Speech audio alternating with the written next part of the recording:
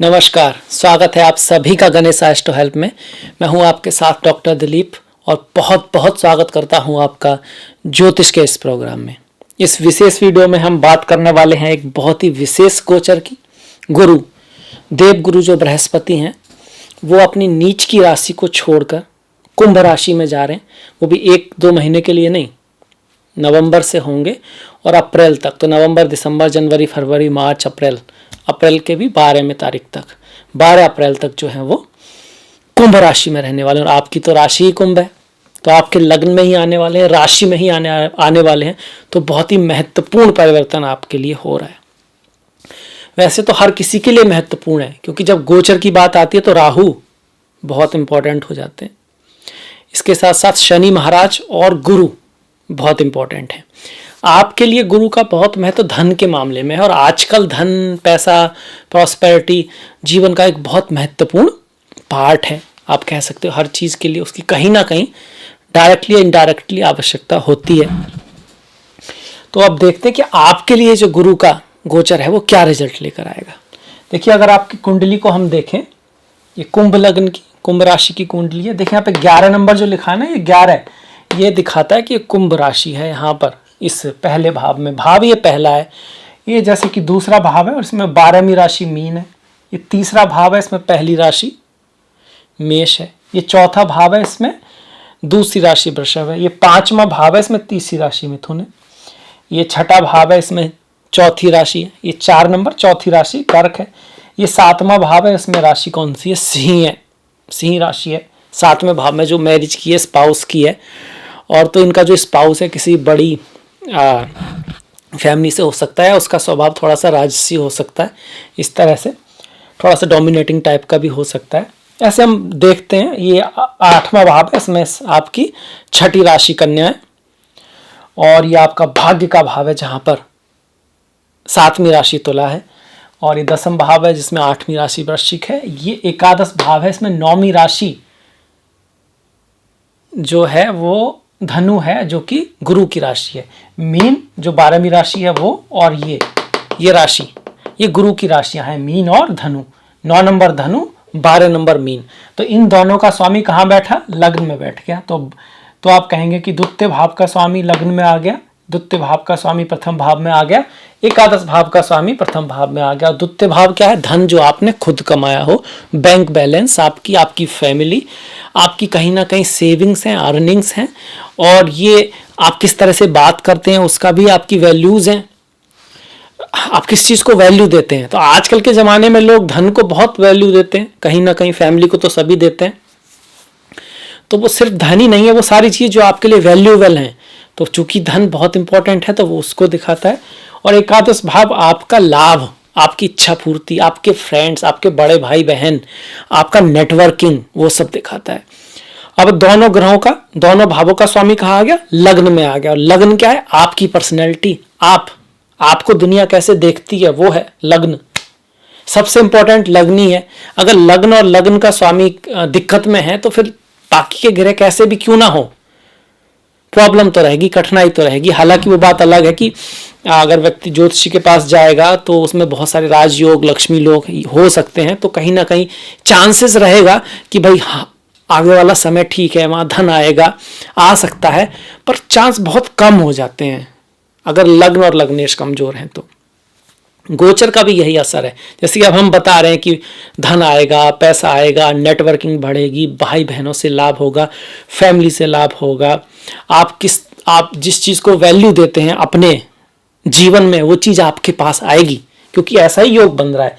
द्वितीय भाव का स्वामी भी लग्न में आ गया है, ये एकादश का भी आ गया है, महालक्ष्मी महाधन योग बन रहा है। पर तभी आ पाएगा आपकी जन्म कुंडली में भी गुरु का संबंध लग्न से बनता हो, लग्नेश से बनता हो। आपकी जन्म कुंडली में भी शनि की स्थिति थोड़ी मजबूत हो, थोड़ी अच्छी हो, ये भी जरूरी है। और गुरु भी थोड़े सुप्रभाव में हो, शुक्र के साथ हो, क्योंकि शुक्र आपके योग कारक ग्रह हैं कहीं ना कहीं। तो और बढ़िया हो जाएगा, और अच्छा हो जाएगा। इसके अलावा और क्या चीजें दे सकता है? इसके अलावा गुरु अपने प्लेसमेंट से, वो जहां पर बैठे हैं और जहां पर उनकी दृष्टियां हैं, उससे भी रिजल्ट देंगे। तो कहाँ बैठे हैं? लग्न में ही बैठे हैं। लग्न में कौन बैठे हैं? गुरु बैठे हैं। तो गुरु क्या देते हैं? ज्ञान, प्रकाश, धर्म, दूरदृष्टि, नॉलेज, विजडम। तो आप सोच समझ के काम करेंगे, आप थोड़े पेशेंस से काम करेंगे। कोई भी चीज़ होगी तो आप उसको समझेंगे, आप समझ पाएंगे कि जो भी चीज़ हो रही है या कोई व्यक्ति कुछ कह रहा है वो उसके बारे में बताता है, ना कि आपके बारे में।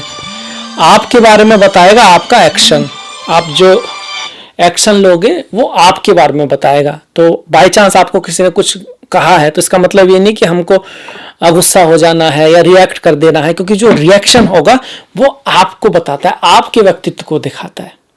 तो गुरु दूरदृष्टि देते हैं। दूरदृष्टि यही होती है। दूरदृष्टि में और नॉलेज में बहुत अंतर है। नॉलेजेबल आदमी जानता है कि क्या कहना है, सब पता है उसको, सब फिगर आउट कर लिया है। पर दूरदृष्टि वाला ये भी जानता है कि कहना भी है या नहीं, सही कह के भी आप फंस सकते हो, और ऐसे सही का फायदा ही क्या कि आपको भी नुकसान हो और दूसरे को भी नुकसान हो। दूरदृष्टि वाला व्यक्ति आप ये कह सकते हो कि आम आदमी जैसे होता है। नॉर्मली हम बोलते हैं क्योंकि हमको बोलना होता है, कुछ बोलना होता है, बात करनी होती है। और जो वाइज पर्सन होता है वो इसलिए बोलता है क्योंकि उसके पास बोलने के लिए कुछ होता है। अंतर है दोनों में। तो वो चीज कहीं ना कहीं गुरु आपके अंदर लाने की कोशिश करेंगे।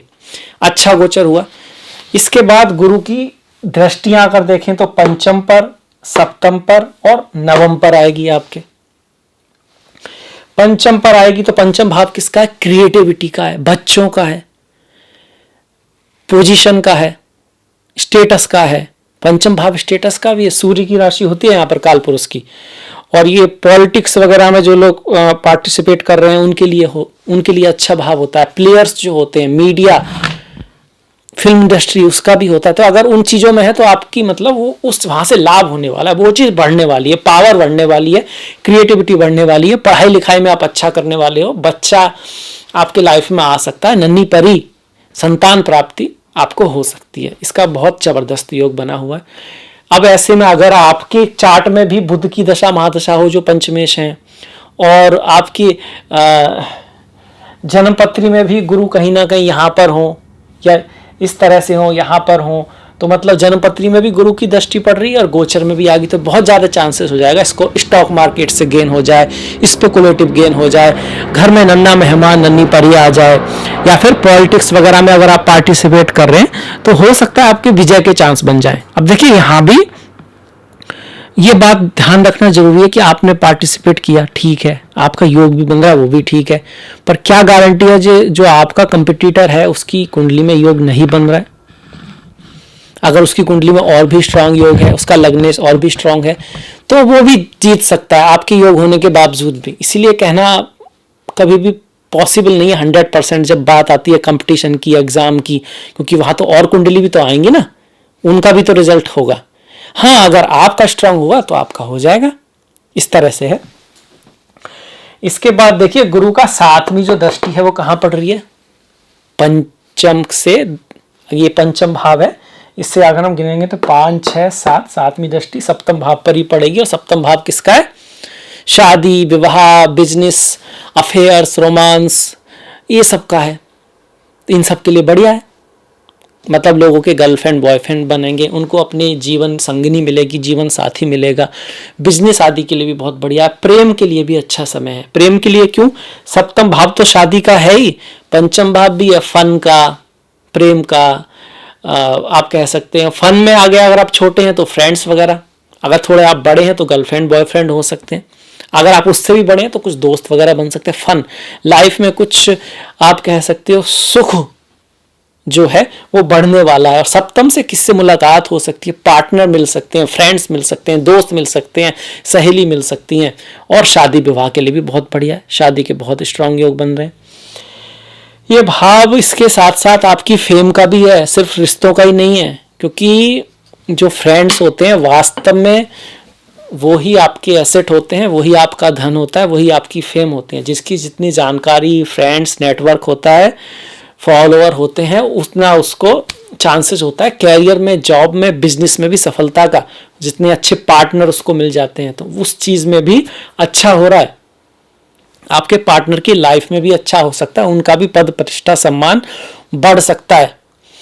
अब जो नौवीं दृष्टि है वो 9वें भाव पर ही जा रही है, और वहां पर कौन सी राशि है? काल पुरुष की सातवीं राशि है तुला। तो नौवां भाव किसका? अब्रॉड, पढ़ने जाने का, एजुकेशन पढ़ने जाने का, अब्रॉड या दूसरे स्टेट में भी जा सकते हैं, थोड़ा दूर यात्राओं का, लंबी यात्राओं का है। नवम भाव आपके गुरुओं का है, टीचर्स का है, वाइज लोगों का है, आपकी लाइफ में ब्लेसिंग्स का है, लक का है, फॉर्च्यून का है। कई बार ऐसा होता है ना, जैसे किसी की गाड़ी पलट गई, कुछ हो गया, उसके बाद भी व्यक्ति बच जाता है, तो कहते हैं भाई ये तो किस्मत है, तो लक है, जो फॉर्च्यून है, तो वो आपके साथ रहेगा। रिस्क भी लेंगे तो उसमें बच जाएंगे, या फिर नुकसान भी होगा बाय चांस, तो अभी गुरु की ऐसी है कि वो नुकसान होते होते आपको प्रभु वहां से निकाल सकते हैं। कोई अच्छी चीज हो जाएगी लाइफ में, कुछ बढ़िया होगा। पिता की लाइफ के लिए भी बहुत बढ़िया है, क्योंकि पिता और गुरुओं का है, उनके लिए भी अच्छा होगा। यहाँ ध्यान देने वाली बात है, ये काल पुरुष की सातवीं राशि पे दृष्टि पड़ रही है और सातवें भाव पे भी पड़ रही है, तो मैरिज और रिलेशन, फन वगैरह के लिए बहुत अच्छा समय है। बच्चों होने का भी बड़ा स्ट्रांग बन रहा है। क्यों? कालपुरुष की पांचवी राशि जो सप्तम में उस पर पड़ रही है आपकी, और कालपुरुष के आपके चार्ट के पंचम भाव पर भी पड़ रहा है। ठीक इसी तरह कालपुरुष की सातवीं राशि पर पड़ रहा है और आपके चार्ट के सातवें भाव पर भी गुरु की दृष्टि पड़ रही है। तो पंचम और सप्तम का बड़ा स्ट्रांग योग बन रहा है। पंचम से बच्चे, क्रिएटिविटी, आपका फेम, प्रॉस्पेरिटी, लोगों का आपके बारे में जानना, ये सब चीजें आती हैं। स्पेकुलेटिव गेन, स्टॉक मार्केट, और सप्तम से जो हमने बात की, मैरिज है, आपकी पार्टनरशिप है, बिजनेस है, फेम आदि है, उसके लिए। और सप्तम भाव पर शनि की भी दृष्टि है। जब शनि की और गुरु की दृष्टि दोनों मिलकर किसी भाव पे पड़ती है, तो वहां बड़ा चेंज आ सकता है। अब्रॉड पढ़ने जाने का, हायर डिग्री मिलने का, फिलॉसफी, दर्शन आदि में अगर आपकी रुचि है तो आप वहां बहुत बढ़िया कर सकते हैं। भाग्यवश कुछ अच्छा हो सकता है, कुछ बहुत बढ़िया हो सकता है। और अब्रॉड जाने का, दूर जाने का, अब्रॉड जाने का क्यों? एक तो नवम भाव है, ऊपर से ये जो गुरु है